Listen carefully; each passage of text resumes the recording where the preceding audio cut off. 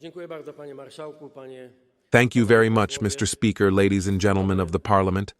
We all feel the special nature of this moment, which is why I took the liberty of asking the Speaker of the Sejm for the opportunity to present this information and the Polish government's position regarding the unprecedented violation of Polish airspace and the associated risk, including the risk of open conflict.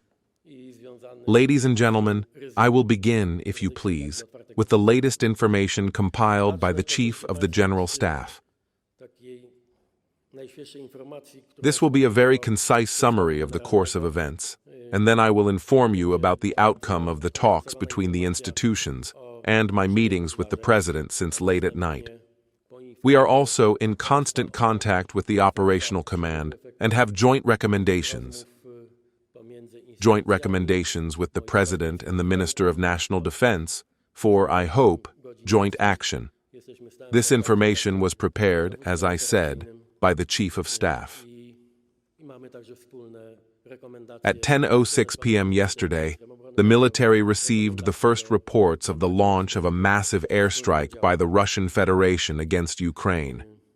This would not have been unusual were it not for the scale of the attack and the number of drones and missiles involved. Following this information, the Operational Command increased the readiness of forces and resources for Operation Eastern Aurora. In addition to ground systems, early warning aircraft, SABs, and AWACS were activated for air operations. This was an allied collaboration within NATO. 2 F-35s, 2 F-16s, Mi-24 and Mi-17 helicopters, and a Black Hawk were deployed to the anticipated area of operations. Around 11:30 p.m., the first airspace violation over our country was recorded. The last one we recorded occurred around 6:30 a.m., giving you an idea of the scale of the operation. It lasted all night. 19 airspace violations and infringements were recorded and precisely tracked.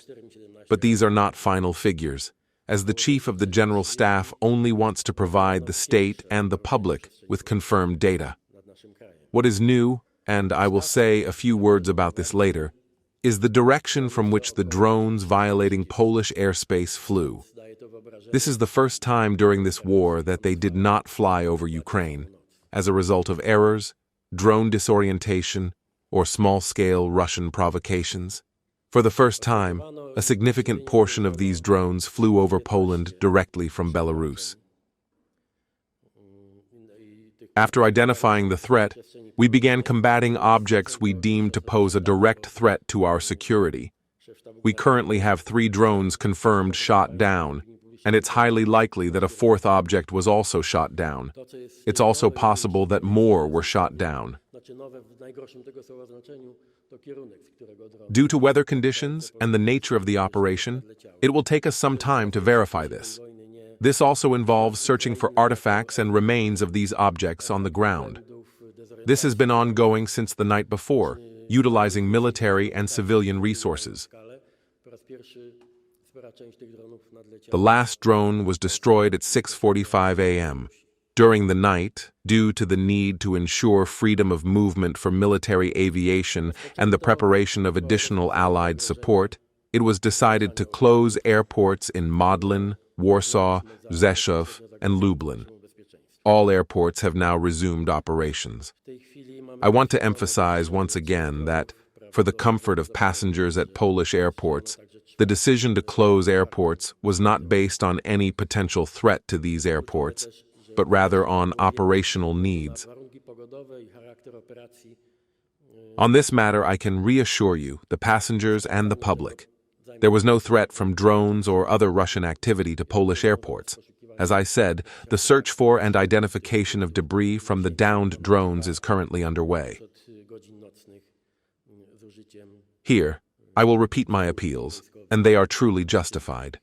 This stems from the experience of Ukrainians, for example, and I am addressing all residents of Poland.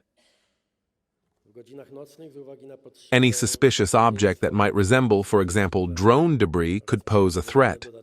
If you encounter such unusual items, please do not approach or touch them under any circumstances and call the appropriate authorities immediately. This could be either the police or the fire department, and they will take appropriate action. At this time, we have one very good piece of news. There are no reports of anyone being injured or killed as a result of the Russian action. I emphasize that this is for now. Allied consultations have also begun regarding actions aimed at strengthening the air defense of NATO forces over our territory. From the very first moments of these dramatic events, I have been in contact with both the President and the Minister of National Defense. We met with the President last night at the operational headquarters, and that's where I want to begin, because I think it's also an appeal to all of us at this special moment. We are absolutely determined, Mr. President, with the ministers of my government, to act as one on these issues in full agreement, without the slightest disagreement. In moments like these, we must all pass this test of unity. Whatever differences divide us, whatever emotions divide us, in this matter, there cannot be even the smallest crack where an adversary or enemy, as we can now call our eastern neighbor, might want to get their hands on us. And this is the guarantee of our effective operation. Just like the military, Polish and Allied forces operate in full cooperation, with exceptional solidarity, competence, and without any procedural disputes.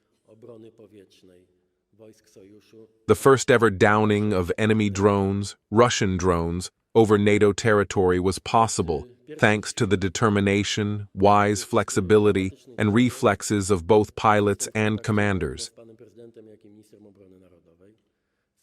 I would like to express my sincere gratitude on behalf of all of you, and I believe it's on behalf of all of you.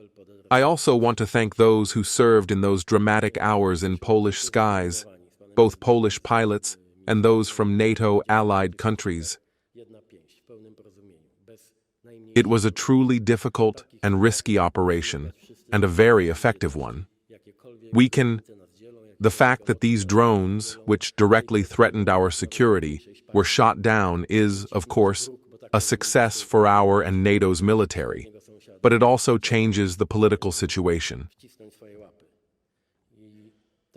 That is why these allied consultations I am talking about have now taken the form of a formal request to activate Article 4 of the North Atlantic Treaty.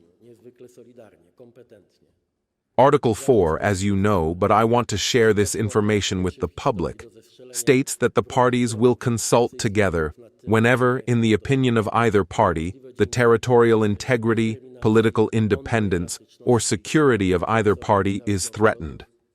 The decision to activate Article 4 was preceded by my consultations with the President. This is our joint recommendation and decision. I emphasize this good cooperation because we all know the political conditions under which we are working. It's not a cure-all.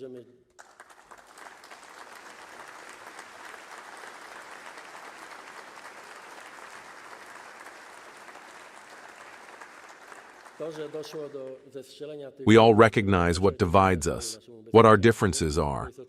It is with great satisfaction that I must emphasize that the cooperation between all state institutions and their heads is truly exemplary. My second meeting with the President took place this morning at 6:30 a.m. at the National Security Bureau, where we established full coordination regarding our actions in the international arena. This is my second reflection. I deeply appreciate the words of solidarity and support I receive as Prime Minister of the Polish government, although not personally from the Prime Ministers and Presidents of allied countries. The leaders of those countries that have been cooperating with us for a long time, fully understanding the nature of the Russian threat, are particularly engaged in the consultations and preliminary talks. So that includes Finland, Denmark, Norway, Sweden, and the Baltic states. And I want to say, of course, the NATO Secretary General with whom I spoke this morning. On the one hand, Poland is very grateful for these words of solidarity and support from all allies.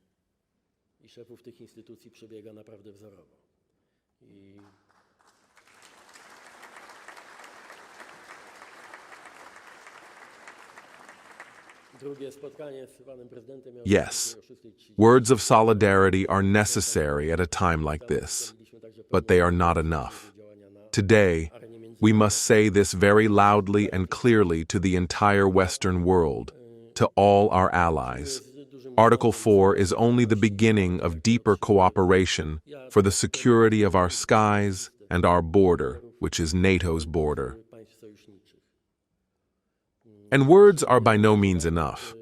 We will expect significantly greater support during consultations, both under Article 4 and during political consultations between the capitals. This is not our war, and it is not just a war for Ukrainians. This is a war, a confrontation that Russia has declared on the entire free world, and this must finally reach everyone, without exception.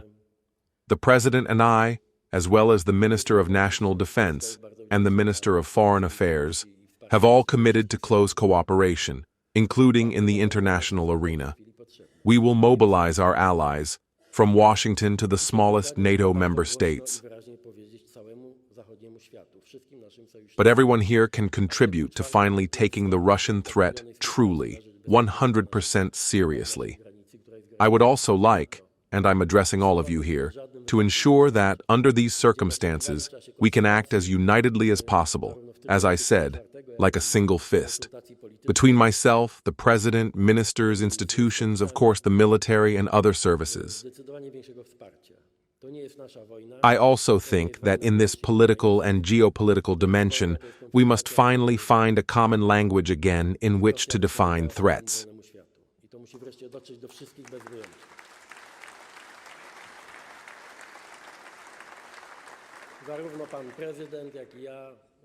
According to centers that work for both the President and me, such as the Center for Eastern Studies, these quick analyses, and they too, are based on experience, for example.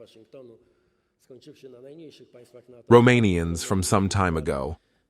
This type of provocation, although unprecedented in scale and in terms of the response, namely the shooting down of enemy drones, the modus operandi is very similar. One of the political goals is to influence the internal situation of the attacked or provoked country. The fact that we can today, and I hope will continue to do so in the future, present an absolutely unified political stance on these issues is our great advantage. It truly minimizes the risks associated with sabotage and disinformation. We must realize that the drones that flew into our space, those that were shot down, those that disappeared from radar, and those that fell to our soil are only part of a larger operation. As you know, the Zapad exercises begin on Friday, very aggressive. Aggressive in terms of their alleged purpose, the simulation of operations. It's no coincidence that they're on the Belarusian-Lithuanian-Russian border, specifically the Kaliningrad Oblast. And it's known that the Suwałki movement is one of the planned targets of future, potential Russian operations. So this context is clear, and we have no doubt that both the incitement of chaos, panic, anxiety, and political division in Poland, as well as the direct connection to the Zapad maneuvers, is more than a demonstration. It is more than a provocation. I want to emphasize very strongly that there is no reason to claim today that we are in a state of war. But there is no doubt that this provocation exceeds existing boundaries and is incomparably more dangerous from Poland's perspective than all the others, all the previous ones. And that is why I hope that we will all take these joint appeals of ours, the President, seriously. I emphasize this, and Mr. President emphasizes our unity on this matter, because we hope that this dual voice, although we don't always act in harmony, will also have a soothing effect on the most emotional commentators and politicians who, in such a situation, unnecessarily seek out internal conflicts and disputes. These are currently excluded, and I am convinced that you understand this as well. It also seems, and this is my heartfelt appeal to everyone, that everyone is entitled to their own views, including geopolitical ones. But this situation, which brings us all closer to open conflict, closer than at any time since World War II, we have a full-scale war beyond our borders, the Ukrainian-Russian one, but we already have something that goes beyond mere provocations here in our skies. And perhaps today we need to say it again very loudly and clearly. Poland today has a political enemy who does not hide his hostile intentions beyond its eastern border, not its western border. We must focus our efforts, all our attention, all our capabilities on defending Poland against a real enemy, against a real threat. I appeal to all those who hold different views, even geopolitical ones than mine. At a time when Russia's aggressive intentions leave no doubt, and Belarus's aggressive daily practices leave no doubt, you should not look for an enemy in the West. There is no reason. The one real one in the East is enough for us. Today, our common task is, and must continue to be in the near future, the full mobilization of the entire West, so that Poland never again finds itself in a situation where we thought we had real alliances, only to later discover they were mere paper alliances.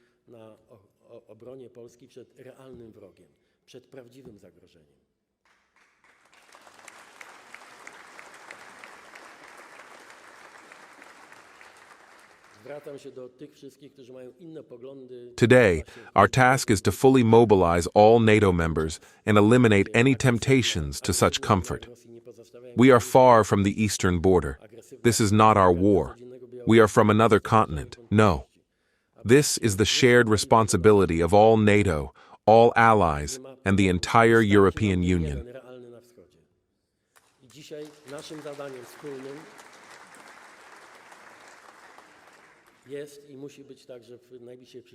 I want to say that these are the first signals, but we will exploit them to the fullest.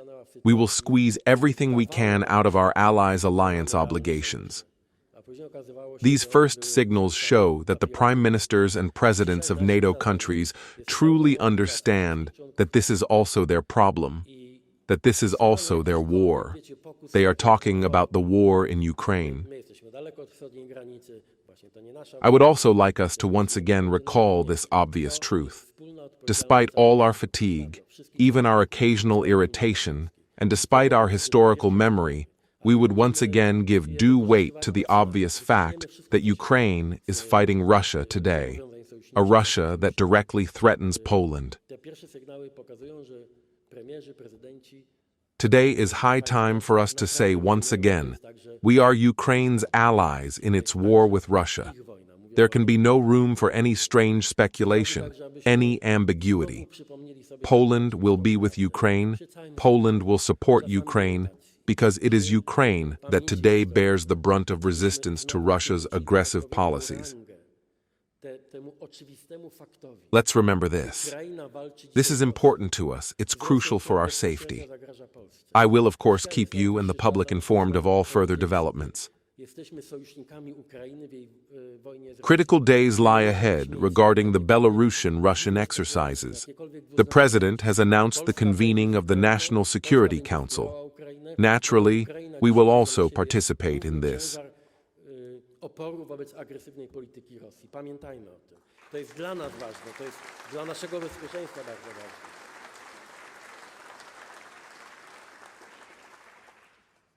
The Minister of National Defense will currently be carrying out a specific mission, also related to what happened tonight. But, as Marshal Hołonia has already announced, he will also be at your disposal.